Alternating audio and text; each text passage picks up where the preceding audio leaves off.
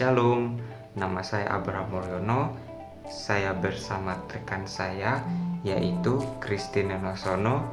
Kami akan membawakan sedikit materi yaitu tentang pencegahan di tempat kerja, kesehatan masyarakat di lingkungan pekerjaan. Nah, di video ini kami akan menjelaskan mengenai hal tersebut. Sekiranya video ini bisa memenuhi tugas kami yaitu psikologi occupation wellness. Nah, di sini saya akan menjelaskan langsung saja. Saya akan menjelaskan yang pertama, yaitu tempat kerja. Nah, tempat kerja merupakan bagian utama dalam kehidupan orang dewasa. Lingkungan kerja yang sehat bukan hanya bebas dari bahaya fisik, tapi juga mendukung kesejahteraan mental, sosial, dan emosional.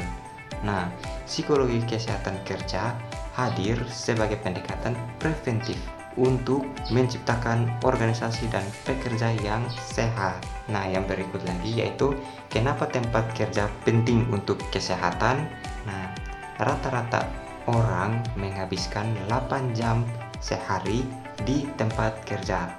Mulai dari tekanan, lingkungan fisik, dan budaya kerja itu sangat berpengaruh besar terhadap stres, depresi, dan kesejahteraan. Nah, organisasi memiliki tanggung jawab sosial dan hukum dalam menciptakan tempat kerja yang aman dan sehat. Nah, yang berikut lagi, definisi organisasi sehat. Nah, menurut Quick 1999, organisasi sehat memiliki yang pertama yaitu produktivitas yang tinggi, dan yang kedua kepuasan kerja karyawan, yang ketiga tingkat absensi atau turnover rendah. Nah, yang keempat, yang terakhir, tidak ada kekerasan atau keluhan yang serius. Contohnya seperti perusahaan seperti Google dan Toyota menciptakan lingkungan kerja yang mendukung inovasi dan kesehatan. Nah, yang berikut lagi yaitu dari perspektif WHO dan Ottawa Charter. WHO pada tahun 1946 di situ menyebutkan kesehatan adalah kesejahteraan fisik, baik itu mental maupun sosial. Nah, sedangkan Ottawa Charter pada tahun 1986 menyebutkan kesehatan adalah sumber daya untuk kehidupan sehari-hari, bukan hanya untuk tentang tujuan hidup. Pendekatan holistik menjadi dasar dari kebijakan intervensi di tempat kerja. Nah, itu adalah beberapa penjelasannya. Yang berikut lagi, psikolog kesehatan kerja. Nah, fokus utama yaitu mencegah kecelakaan. Nah, psikologi kesehatan kerja ini fokus utamanya adalah mencegah kecelakaan. Itu adalah faktor yang sangat-sangat mendukung dan sangat-sangat berpengaruh. Dan yang berikut lagi yaitu penyakit dan meningkatkan kesejahteraan. Nah, bekerja pada 3 level individu, kelompok, dan organisasi. Itu melibatkan multidisiplin, psikologi klinis, kesehatan masyarakat, ergonomi, dan teknik industri. Nah, itu adalah penjelasan psikologi kesehatan kerja. Yang berikut lagi, perubahan dunia kerja. Globalisasi, digitalisasi, dan otomasi mengubah struktur kerja. Itu bisa meningkatkan fleksibilitas, meningkatkan ketidakpastian dan ketidaknyamanan kerja. Contohnya seperti GIG ekonomi, atau seperti ojek online, freelancer, yang bisa dibilang penuh risiko tanpa perlindungan kesehatan yang memadai. Nah, yang berikut lagi yaitu dampak restrukturisasi dari PHK. Nah, dampak restrukturisasi dari PHK ini adalah seperti PHK massal, perampingan, dan merger yang sering menyebabkan stres akut. Nah, data dari AMA 1996, PHK meningkatkan klaim kecacatan mental hingga 40%. Karyawan yang bertahan pun mengalami survivor syndrome dan burnout. Nah, itu bisa berbahaya sekali. Nah, itu adalah pencegahan, itu adalah dampak dari PHK. Yang berikut lagi adalah keragaman tenaga kerja dan tantangannya. Nah, keragaman tenaga kerja dan tantangannya adalah seperti lansia. Nah, lansia itu lebih rentan cedera, pemulihan lambat. Sedangkan perempuan, tekanan pekerjaan dan keluarga, minoritas dan disabilitas, potensi diskriminasi dan eksklusif. Nah, solusinya adalah desain kerja inklusif dan kebijakan akomodatif.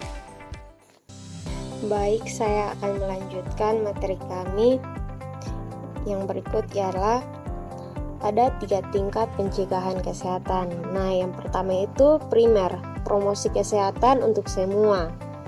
Nah, di sini contohnya seperti kampanye gaya hidup sehat.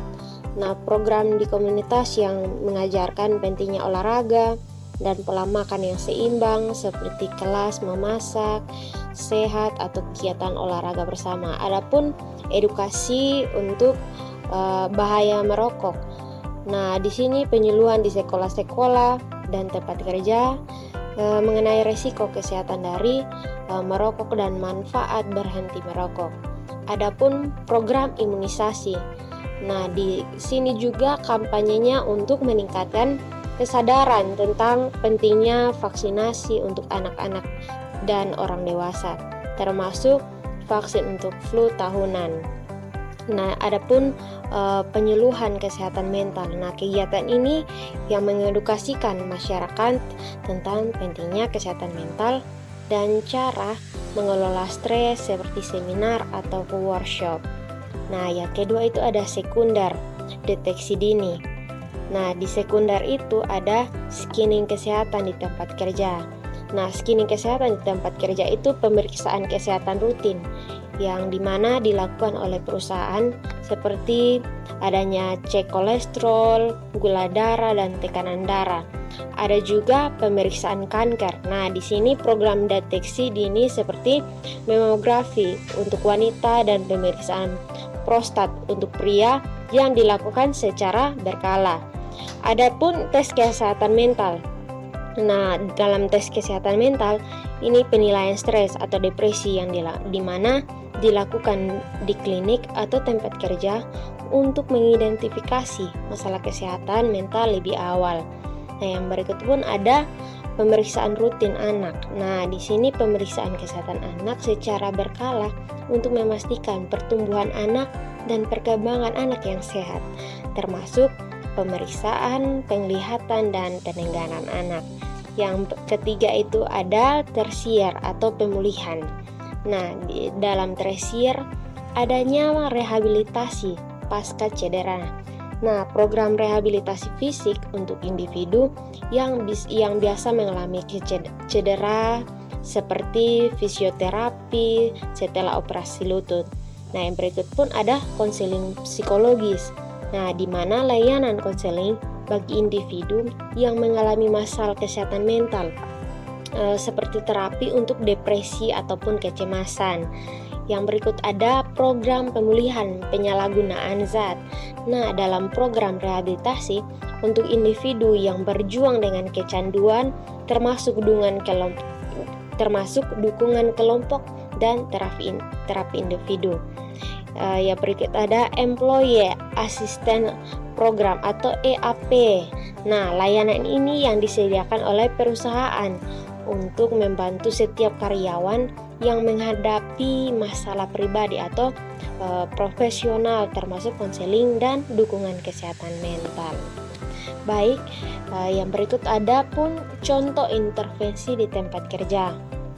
Nah, yang berikut ini redesain ruang kerja untuk keselamatan, pelatihan komunikasi dan manajemen konflik, program K3 BPJS Ketenagakerjaan.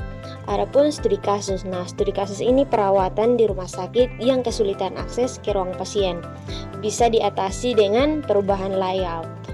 Yang berikut ada desain kerja yang sehat. Nah, di dalam desain yang kerja yang sehat menurut Lutset tahun 1992, kerja yang baik harus antroposentris, bukan hanya efisien tapi adaptif terhadap manusia. Contohnya mengurangi shift malam sehingga tidur lebih baik, performa bisa naik. Nah, yang berikut ada pusat kesehatan organisasi. Nah, ini dibentuk di pangkalan militer AS. Nah, ada dua hal, yaitu yang pertama itu ada fungsi.